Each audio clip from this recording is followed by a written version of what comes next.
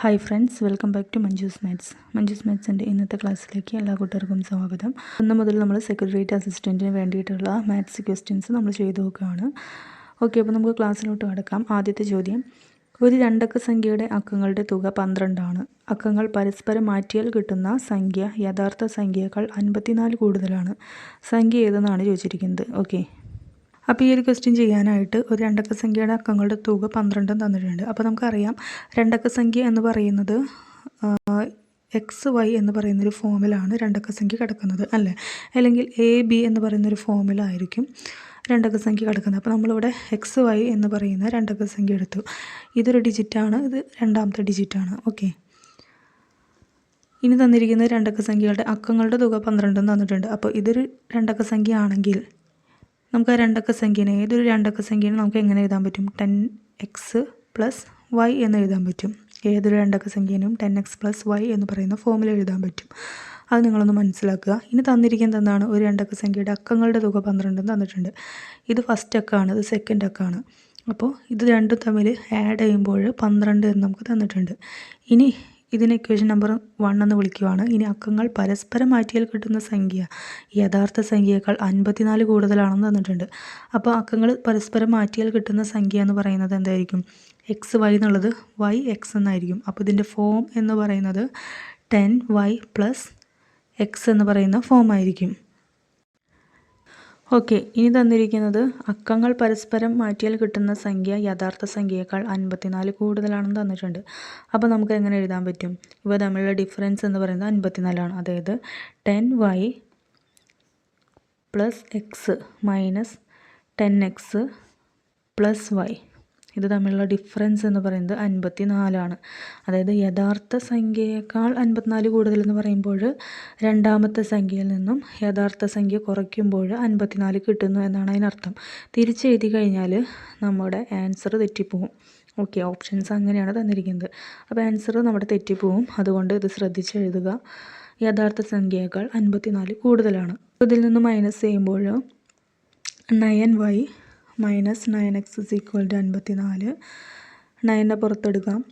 y - x 54 എന്ന് കിട്ടും. അപ്പോൾ y - x എന്ന് പറയുന്നത് 54/9 എന്ന് പറയുമ്പോൾ 6 എന്ന് കിട്ടും. ഇതിന് ഇക്വേഷൻ നമ്പർ 2 എന്ന് വിളിച്ചു. ഇനി ഇതിൽ നിന്നും എക്സിൻ്റെയും വൈയുടെയും വാല്യൂ നമുക്ക് കാണാം. ഇക്വേഷൻ നമ്പർ 1 + ഇക്വേഷൻ നമ്പർ 2 ചെയ്യുമ്പോൾ 2y, ഈ എക്സും ഈ എക്സും തമ്മിൽ ക്യാൻസൽ ചെയ്ത് പോകും. അപ്പോൾ 2y = 12ഉം 6ഉം കൂടിയിട്ട് ആഡ് ചെയ്യുമ്പോൾ 18 എന്ന് കിട്ടും. വൈയുടെ വാല്യൂ എന്ന് പറയുന്നത് 9 എന്ന് കിട്ടും. ഓക്കെ, ഇനി ഈ വൈയുടെ വാല്യൂ നമ്മൾ ഇക്വേഷൻ നമ്പർ 1ലോ 2ലോ സബ്സ്റ്റിറ്റ്യൂട്ട് ചെയ്യുമ്പോൾ നമുക്ക് കിട്ടും x + 9 = 12. എക്സിൻ്റെ വില എന്ന് പറയുന്നത് 3 എന്ന് കിട്ടും. ഓക്കെ, അപ്പോൾ എക്സിൻ്റെ വില 3 എന്നും വൈയുടെ വില 9 എന്നും കിട്ടി. അപ്പോൾ നമ്മളെടുത്ത സംഖ്യ XY എന്നാണ്. ആ രണ്ടക്ക സംഖ്യ എന്ന് പറയുന്നത് സബ്സ്റ്റിറ്റ്യൂട്ട് ചെയ്യുമ്പോൾ എന്തായിട്ട് മാറും? 3, 9, 39 എന്നാണ് നമ്മൾ എടുത്ത സംഖ്യ എന്ന് കിട്ടുന്നത്. ഓപ്ഷൻ A ആണ് റൈറ്റ് ആൻസർ. അപ്പോൾ ഇവിടെ ഈ ഒരു കാര്യം ശ്രദ്ധിക്കണം. ഈ തന്നിട്ടുള്ള കണ്ടീഷൻ ശ്രദ്ധിച്ച് സബ്സ്റ്റിറ്റ്യൂട്ട് ചെയ്യണം, അല്ലെങ്കിൽ നമുക്ക് 93 എന്ന് കിട്ടാനായിട്ട് സാധ്യതയുണ്ട്. അപ്പോൾ ആൻസർ തെറ്റിപ്പോവും. ഓക്കെ, ആ ഒരു കാര്യം മാത്രം ഇവിടെ ശ്രദ്ധിക്കാനുള്ളൂ. നെക്സ്റ്റ് ക്വസ്റ്റ്യനിലോട്ട് പോകാം. കസേരയിൽ അടയാളപ്പെടുത്തിയ വില 2400 രൂപയാണ്. ഇത് ചെലവ് വിലയേക്കാൾ 20% കൂടുതലാണ്. അടയാളപ്പെടുത്തിയ വിലയേക്കാൾ 10% കിഴിവിലാണ് കസേര വിൽക്കുന്നതെങ്കിൽ ലാഭശതമാനം എത്രയാണെന്നാണ് ചോദിച്ചിരിക്കുന്നത്. ഓക്കെ, അപ്പോൾ എന്തൊക്കെയാണ് തന്നിരിക്കുന്നത്? ഒരു കസേരയിൽ അടയാളപ്പെടുത്തിയിട്ടുള്ള വില എന്ന് പറയുന്നത് 2400 രൂപയാണ്. ഇത് ചെലവ് വിലയേക്കാൾ 20% കൂടുതലാണെന്ന് തന്നിട്ടുണ്ട്. അപ്പോൾ ചെലവ് വില നമുക്ക് അറിയില്ല, നമുക്ക് കണ്ടുപിടിക്കണം. അപ്പോൾ ചെലവ് വിലേനെ നമുക്ക് അറിയാത്തത് കൊണ്ട് x എന്ന് വിളിച്ചു. ഇവിടെ ചെലവ് വിലയേക്കാൾ 20% കൂടുതലാണ് എന്ന് പറഞ്ഞു കഴിഞ്ഞാൽ അതെന്താ മീൻ ചെയ്യുന്നത്? എക്സിൻ്റെ ഈ ചെലവ് വിലയുടെ 120% എന്ത് അടയാളപ്പെടുത്തിയ വില, അതായത് 2400. ഓക്കെ, അപ്പോൾ ഈ ഒരു കാര്യം കിട്ടി. ഇനി ഇതിൽ നിന്ന് x കാണാമല്ലോ, അതായത് ചിലവാക്കിയ വിലയാണ് x. അപ്പോൾ എക്സിൻ്റെ വില കാണുമ്പോൾ 2400 × 100 / 120. അപ്പോൾ ഇത് ക്യാൻസൽ ചെയ്യാം. 0യും 0യും ക്യാൻസൽ ചെയ്തു. 12 24 2 തവണ = 2000 എന്ന് ആൻസർ കിട്ടും. അപ്പോൾ ചിലവാക്കിയ വില അഥവാ എക്സ് എന്ന് പറയുന്നത് 2000 എന്ന് കിട്ടി. ഇനി നെക്സ്റ്റ് തന്നിരിക്കുന്നത് അടയാളപ്പെടുത്തിയ വിലയേക്കാൾ 10% കിഴിവിനാണ് കസേര വിൽക്കുന്നതെങ്കിൽ ലാഭശതമാനമാണ് നമ്മളോട് ചോദിച്ചിരിക്കുന്നത്. അപ്പോൾ അടയാളപ്പെടുത്തിയ വിലയേക്കാൾ 10% കിഴിവിൽ കസേര വിൽക്കുന്നു. അപ്പോൾ വിൽക്കുന്ന വില കണ്ടുപിടിക്കണം അഥവാ സെല്ലിംഗ് പ്രൈസ് കണ്ടുപിടിക്കണം. അപ്പോൾ അതിന് വേണ്ടിയിട്ട് അടയാളപ്പെടുത്തിയത് 2400 രൂപയാണ്. അപ്പോൾ 2400ൻ്റെ 10% കുറവിന് വിറ്റു എന്ന് പറഞ്ഞു കഴിഞ്ഞാൽ 90%-ത്തിനാണ് വിറ്റത്. ഓക്കെ, അപ്പോൾ ഇത് ക്യാൻസൽ ചെയ്തിട്ട് പോവും. മൾട്ടിപ്ലൈ ചെയ്യുമ്പോൾ 0, 9 4 36, ബാലൻസ് 3, 9 2 18, 2160 എന്ന് കിട്ടും. അപ്പോൾ വിറ്റ വില 2160 ഇനി ലാഭശതമാനമാണ് ചോദിച്ചിരിക്കുന്നത്. അപ്പോൾ ഇവിടെ തീർച്ചയായിട്ടും ലാഭം തന്നെയാണ് അല്ലേ. നമ്മൾ 2400 രൂപയാണ് അടയാളപ്പെടുത്തിയത്, 2160 രൂപയ്ക്ക് വിറ്റു. ഇവിടെ ചിലവെന്ന് പറയുന്നത് 2000 അപ്പോൾ 2000 രൂപ ചിലവ് വന്നൊരു സാധനം 2160 രൂപയ്ക്ക് വിറ്റു എന്ന് പറയുമ്പോൾ അവിടെ ലാഭം എത്രയാണ്? രണ്ടും കൂടി മൈനസ് ചെയ്യുന്നു. 2160 നിന്നും 2000 മൈനസ് ചെയ്യുമ്പോൾ നമുക്ക് 160 ലാഭം കിട്ടുന്നത്, പ്രോഫിറ്റ്. അപ്പോൾ പ്രോഫിറ്റ് ശതമാനം, ലാഭശതമാനമാണ് കാണേണ്ടത്. അപ്പോൾ പ്രോഫിറ്റ് ശതമാനം നമുക്കറിയാമല്ലേ, പ്രോഫിറ്റ് പേഴ്സൻറ്റേജ് എന്ന് പറയുന്നത് പ്രോഫിറ്റ് മുകളിൽ എഴുതുക ഡിവൈഡഡ് ബൈ, ഇവിടെ ചിലവാക്കിയത് 2000 രൂപയാണ്, 2000 താഴെ ഇട്ടു, ഇൻറ്റു 100 കൊണ്ട് മൾട്ടിപ്ലൈ ചെയ്യുന്നു. ഇനി ഇത് ക്യാൻസൽ ചെയ്യാം. 8% നമ്മുടെ ലാഭശതമാനം എന്ന് പറയുന്നത്. ഓപ്ഷൻ സി ആണ് റൈറ്റ് ആൻസർ. നെക്സ്റ്റ് ക്വസ്റ്റ്യൻ, 2004 ജനുവരി 5 തിങ്കളാഴ്ചയാണെങ്കിൽ 2004 ഏപ്രിൽ 14 ഏത് ദിവസമായിരിക്കും? ഓപ്ഷൻസ് തന്നിട്ടുണ്ട്, നമുക്ക് ചെയ്ത് നോക്കാം. ഇവിടെ 2004 തന്നിരിക്കുന്ന ഇയർ എന്ന് പറയുന്നത് അതിന് തന്നെ ലീപ്പ് ഇയർ ആണോ നോർമൽ ഇയർ ആണോ എന്നുള്ളത് നമ്മൾ അതിന് തന്നെ ചെക്ക് ചെയ്യണം. അപ്പോൾ 2004നെ 4 കൊണ്ട് ഡിവൈഡ് ചെയ്യാൻ പറ്റുന്നുണ്ടോ എന്നുള്ളത് നോക്കുക. അപ്പോൾ തന്നിരിക്കുന്ന സംഖ്യ 4 കൊണ്ട് ഡിവൈഡ് ചെയ്യാൻ പറ്റുന്നുണ്ട് എന്ന് ചെക്ക് ചെയ്യാനായിട്ട് നമ്മൾ ലാസ്റ്റത്തെ 2 ഡിജിറ്റ് എടുത്തിട്ട് അതിനെ 4 കൊണ്ട് ഡിവൈഡ് ചെയ്യാൻ പറ്റുന്നുണ്ടോ എന്ന് നോക്കിയാൽ മതി. ഇവിടെ പറ്റുന്നുണ്ട്, 04 സോ 2004നെ 4 കൊണ്ട് ഡിവൈഡ് ചെയ്യാൻ പറ്റും. അതുകൊണ്ട് ഇതൊരു ലീപ്പ് ഇയർ ആണ്. ലീപ്പ് ഇയർ ആണെങ്കിൽ അതിൻ്റെ പ്രത്യേകത ഫെബ്രുവരിയിൽ ഒരു ദിവസം കൂടുതലുണ്ടായിരിക്കും, 29ാമത്തെ ദിവസം ഉണ്ടായിരിക്കും. അപ്പോൾ അത്രയും കാര്യങ്ങൾ ബേസിക്കായിട്ട് അറിഞ്ഞിരിക്കുക. ഇനി ഇവിടെ തന്നിരിക്കുന്നത് 2004 ജനുവരി 5 തിങ്കളാഴ്ചയാണെന്ന് തന്നിട്ടുണ്ട്.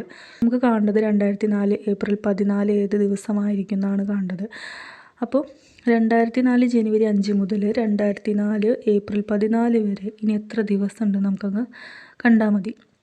അപ്പോൾ ജനുവരിയിൽ ആകെ 31 ദിവസമുണ്ട്, അതിൽ ജനുവരി 5 തന്നിട്ടുണ്ട്. അപ്പോൾ ഇനി ബാക്കി എത്ര ദിവസം ഉണ്ടെന്ന് കാണാനായിട്ട് 31-ൽ നിന്നും 5 മൈനസ് ചെയ്യുമ്പോൾ ഇനി ബാലൻസ് ഉള്ള ദിവസങ്ങളെന്ന് പറയുന്നത്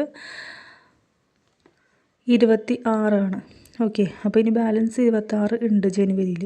ഇനി ഫെബ്രുവരിയിൽ നമുക്കറിയാം ലീപ്പ് ഇയർ ആയതുകൊണ്ട് 29 ദിവസമുണ്ട്, മാർച്ചിൽ 31 ഉണ്ട്, ഏപ്രിൽ 14 വരെ കണ്ടാൽ മതി, അപ്പോൾ 14 ദിവസം. ഇനി ഇതെല്ലാം കൂടിയിട്ട് ആഡ് ചെയ്യുമ്പോൾ നമുക്ക് കിട്ടണത് 9 10 6 16 4 20, ബാലൻസ് 2 2 2 4 3 7 1 8 2 10, ബാക്കി 100 ദിവസമുണ്ട്. ഇനി നമുക്ക് ഏപ്രിൽ 14 ഏത് ദിവസം എന്ന് കാണാനായിട്ട് നമ്പർ ഓഫ് ഓഡ് ഡേയ്സ് കണ്ടാൽ മതി. നമ്പർ ഓഫ് ഓഡ് ഡേയ്സ് കാണാനായിട്ട് കിട്ടിയ ആകെ ദിവസങ്ങളെ 7 കൊണ്ട് ഡിവൈഡ് ചെയ്യുക, റിമൈനിങ് എത്ര കിട്ടുന്നുണ്ടെന്ന് ചെക്ക് ചെയ്യുക. അപ്പോൾ 7 കൊണ്ട് ഡിവൈഡ് ചെയ്യുമ്പോൾ ഒരു തവണ ബാലൻസ് 3, 7 4 28, ബാലൻസ് 2. അപ്പോൾ 2 ഓഡ് ഡേയ്സ് ആണ് നമുക്ക് കിട്ടിയത്. ഓക്കെ, അപ്പോൾ 2 ഓഡ് ഡേയ്സ് ആകുമ്പോൾ ഏത് ദിവസമായിരിക്കും ഏപ്രിൽ 14 എന്ന് പറയുന്നത്? ജനുവരി 5 തിങ്കളാഴ്ച തന്നിട്ടുണ്ട്. ഈ തിങ്കളാഴ്ചേൻ്റെ കൂടെ ഈ 2 ദിവസം ആഡ് ചെയ്യുന്നു. അപ്പോൾ തിങ്കളിൻ്റെ കൂടെ 2 ദിവസം ആഡ് ചെയ്യുമ്പോൾ കിട്ടുന്നത് നമുക്ക് ചൊവ്വ കഴിഞ്ഞ് ബുധനായിരിക്കും കിട്ടുന്നത്. ഓക്കെ, അപ്പോൾ ആൻസർ എന്ന് പറയുന്നത് ഓപ്ഷൻ സി ആണ്. നെക്സ്റ്റ് ക്വസ്റ്റ്യൻ, വാർഷിക പരീക്ഷയിൽ അരുണിന് കിട്ടിയ മാർക്കിൻ്റെ ശരാശരി 41 ഇംഗ്ലീഷിന് 12 മാർക്കും കണക്കിന് 7 മാർക്കും സയൻസിന് 6 മാർക്കും കൂടുതൽ കിട്ടിയിരുന്നെങ്കിൽ ശരാശരി 46 ആകുമായിരുന്നു. എത്ര വിഷയങ്ങളിലാണ് പരീക്ഷയ്ക്ക് ഉണ്ടായിരുന്നത്? ഓക്കെ, നമുക്ക് എത്ര വിഷയങ്ങളാണെന്നാണ് കാണേണ്ടത്. അപ്പോൾ തന്നിരിക്കുന്ന കാര്യങ്ങളായി തന്നെ നോക്കാം. വാർഷിക പരീക്ഷയിൽ അരുണിന് കിട്ടിയ മാർക്കിൻ്റെ ശരാശരി 41 തന്നിട്ടുണ്ട്. അപ്പോൾ ശരാശരി അഥവാ ആവറേജ് എന്ന് പറയുന്നത് നമുക്കറിയാം ടോട്ടൽ ഡിവൈഡഡ് ബൈ എണ്ണമാണ്. ഓക്കെ, അപ്പോൾ ഇതിൽ സബ്സ്റ്റിറ്റ്യൂട്ട് ചെയ്യുമ്പോൾ 41 = ടോട്ടൽ ഡിവൈഡഡ് ബൈ എണ്ണം. അപ്പോൾ ടോട്ടൽ ഇതിൽ നിന്ന് കാണാമല്ലോ, ടോട്ടൽ എന്ന് പറയുന്നത് 41 ഇൻറ്റു n ആണ്. ഓക്കെ, ഇനി നെക്സ്റ്റ് തന്നിരിക്കുന്നത് ഇംഗ്ലീഷിന് 12 മാർക്കും കണക്കിന് 7 മാർക്കും സയൻസിന് 6 മാർക്കും കൂടുതൽ കിട്ടിയിരുന്നെങ്കിൽ ശരാശരി 46 ആകുമായിരുന്നു തന്നിട്ടുണ്ട്. അപ്പോൾ ഈ ആവറേജിൽ തന്നെ സബ്സ്റ്റിറ്റ്യൂട്ട് ചെയ്യുകയാണ്. ശരാശരി എന്ന് പറയുന്നത് 46 ആണ്. ടോട്ടൽ ഡിവൈഡഡ് ബൈ എണ്ണമാണ്. ഓക്കെ, അപ്പോൾ ഇതിൽ നിന്നും കിട്ടുന്നത് 46 ഇൻറ്റു n എന്ന് പറയുന്നത് ടോട്ടലാണ്. തന്നിരിക്കുന്നത് എന്താണ്? ആദ്യം 41 n ആണ് ടോട്ടൽ, രണ്ടാമത് 46 n ആണ് ടോട്ടൽ. പക്ഷേ ഈ 46 ആകണമെങ്കിൽ ഒരു കണ്ടീഷൻ തന്നിട്ടുണ്ടല്ലോ, ഇംഗ്ലീഷിന് 12 മാർക്കും കണക്കിന് 7 മാർക്കും സയൻസിന് 6 മാർക്കും കൂടുതൽ കിട്ടിയിട്ടുണ്ടെന്നാണ് തന്നിരിക്കുന്നത്.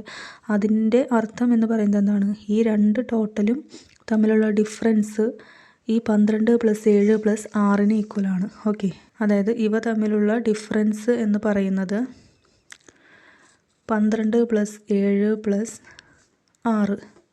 ഓക്കെ, അപ്പോൾ അത് മൈനസ് ചെയ്യുമ്പോൾ 5n ഇവിടെ n ഉണ്ട് ഈസ് ഈക്വൽ ടു 12 7 19 6 25. അപ്പോൾ എന്നിൻ്റെ വാല്യൂ എന്ന് പറയുന്നത് 25/5. 5 എന്ന ആൻസർ കിട്ടും. n എന്ന് പറയുന്നത് എത്ര വിഷയങ്ങൾ എന്നാണ് എടുത്തത്. ഓക്കെ, അപ്പോൾ ആൻസർ ഓപ്ഷൻ എ ആണ്. നെക്സ്റ്റ് ക്വസ്റ്റ്യൻ, 14,175 രൂപ 3 പേർക്കായി 2/3:3/5:5/6 എന്ന അനുപാതത്തിൽ വീതിച്ചാൽ A, C എന്നിവർക്ക് ലഭിച്ച തുകകൾ തമ്മിലുള്ള വ്യത്യാസം എന്തെന്നാണ് ചോദിച്ചിരിക്കുന്നത്. അപ്പോൾ ഇവിടെ ശ്രദ്ധിക്കുക, ഇവിടെ തന്നിരിക്കുന്നത് റേഷ്യോയുമായി ബന്ധപ്പെട്ട ക്വസ്റ്റ്യനാണ്. ഇവിടെ റേഷ്യോ തന്നിരിക്കുന്നത് ഫ്രാക്ഷനിലാണ് തന്നിരിക്കുന്നത്, ഭിന്നസംഖ്യകളായിട്ടാണ് തന്നിരിക്കുന്നത്. അപ്പോൾ അതിനെ നമുക്ക് കാണാനായിട്ട് ആദ്യം തന്നെ ഇതിൻ്റെ LCM, ഇതിലെ ഛേദങ്ങളുടെ LCM കാണണം. ഓക്കെ, അപ്പോൾ നമുക്ക് സംഖ്യയിലോട്ട് മാറ്റാൻ പറ്റും. അപ്പോൾ 3 താഴെ കിടക്കുന്നത് 3, 5, 6 എന്നാണ്. അപ്പോൾ ഇതിൻ്റെ LCM നമ്മൾ കാണുവാണ്. 3 കൊണ്ട് ഡിവൈഡ് ചെയ്യുന്നു, ഒരു തവണ പോകുന്നു, 5 പോകാത്തതുകൊണ്ട് ഇറക്കി എഴുതി 2. ഇനി ഇതെല്ലാം കൂടിയിട്ട് മൾട്ടിപ്ലൈ ചെയ്താൽ മതി. അത് 2 10 × 3 30 എന്നാണ് LCM കിട്ടുന്നത്. അപ്പോൾ നമുക്ക് ഈ റേഷ്യോ ചേഞ്ച് ചെയ്തിട്ട് എഴുതാം. 2/3 × 30 LCM കൊണ്ട് മൾട്ടിപ്ലൈ ചെയ്യുകയാണ്. Is to 3/5 × 30 is to 5/6 × 30. ഇതെന്തായിട്ട് മാറും? ഇവിടെ ക്യാൻസൽ ചെയ്യും. 20 ഇത് ക്യാൻസൽ ചെയ്യുമ്പോൾ 6 18 ഇത് ക്യാൻസൽ ചെയ്യുമ്പോൾ 5 25. അപ്പോൾ 20 18 25 എന്നായിട്ട് മാറും ആ ഒരു റേഷ്യോ എന്ന് പറയുന്നത്. ഇനി നമുക്ക് എക്ക് ലഭിച്ച തുകയും സിക്ക് ലഭിച്ച തുകയും കാണണം. അത് കഴിഞ്ഞിട്ട് അവയെ തമ്മിലുള്ള ഡിഫറൻസ് കാണണം. അപ്പോൾ എയുടെ തുക കാണാനായിട്ട് നമുക്ക് ആദ്യം തന്നെ എയുടെ റേഷ്യോ നോക്കാം. അപ്പോൾ എയുടെ റേഷ്യോ എന്ന് പറയുന്നത് 20 ആണ്. ടോട്ടൽ എത്രയാണ്? 20. നമുക്ക് കിട്ടിയ ആ ഒരു റേഷ്യോ എന്ന് പറയുന്നത് 20:18:25 ആണ്. ഓക്കെ, ഇതാണ് A:B:C. അപ്പോൾ ഇത് എല്ലാം കൂടിയിട്ട് ആഡ് ചെയ്യുമ്പോൾ നമുക്ക് കിട്ടുന്ന തുക എന്ന് പറയുന്നത് 63 ആണ് ടോട്ടൽ. അപ്പോൾ എയുടെ തുക നമുക്ക് കാണാം. എയുടെ കാണാനായിട്ട് 20 ഡിവൈഡഡ് ബൈ ടോട്ടൽ 63 ആണ് ഇൻറ്റു 14,175. അപ്പോൾ ഇത് ക്യാൻസൽ ചെയ്യാനുള്ളത് ക്യാൻസൽ ചെയ്യാം. നമുക്ക് ക്യാൻസൽ ചെയ്യുമ്പോൾ കിട്ടുന്നത് 4,500 എന്നാണ്. സിമിലർലി നമുക്ക് സിയുടെ തുക കാണാം. സി എന്ന് പറയുന്നത് 15 ആണ്, ഡിവൈഡഡ് ബൈ 63 ആണ്, ഇൻറ്റു 14,175. സോറി, ഇവിടെ 25 ആണ് കേട്ടോ. ഓക്കെ, അപ്പോൾ ഇത് നമുക്ക് ക്യാൻസൽ ചെയ്യുമ്പോൾ കിട്ടുന്നത് 5,625 എന്നാണ്. ഓക്കെ, ക്യാൻസൽ ചെയ്യാനുള്ളത് നിങ്ങൾ ക്യാൻസൽ ചെയ്ത് നോക്കുക. അപ്പോൾ ഇനി ഇവ തമ്മിലുള്ള ഡിഫറൻസ് കണ്ടാൽ മതി അല്ലേ? അപ്പോൾ ഇവ തമ്മിലുള്ള ഡിഫറൻസ് കാണാനായിട്ട് 5,625 നിന്നും 4,500 മൈനസ് ചെയ്യുന്നു. അപ്പോൾ നമുക്ക് കിട്ടുന്നത് 1,125 എന്നാണ്. ഓക്കെ, ആൻസർ എന്ന് പറയുന്നത് ഓപ്ഷൻ ഡി ആണ്. ഓക്കെ, അപ്പോൾ ഇന്നത്തെ ക്ലാസ് ഇത്രയേ ഉള്ളൂ. ഇന്നത്തെ ക്ലാസ്സിൽ നമ്മൾ കുറച്ച് ക്വസ്റ്റ്യൻസ് ചെയ്തിട്ടുണ്ട്. ഇനി അങ്ങോട്ട് സെക്രട്ടേറിയറ്റ് അസിസ്റ്റൻറ്റിന് വേണ്ടിയിട്ടുള്ള മാത്സ് ക്വസ്റ്റ്യൻസ് നമ്മൾ ചെയ്യുന്നതായിരിക്കും, ടോപ്പിക് വൈസും ചെയ്യുന്നതായിരിക്കും.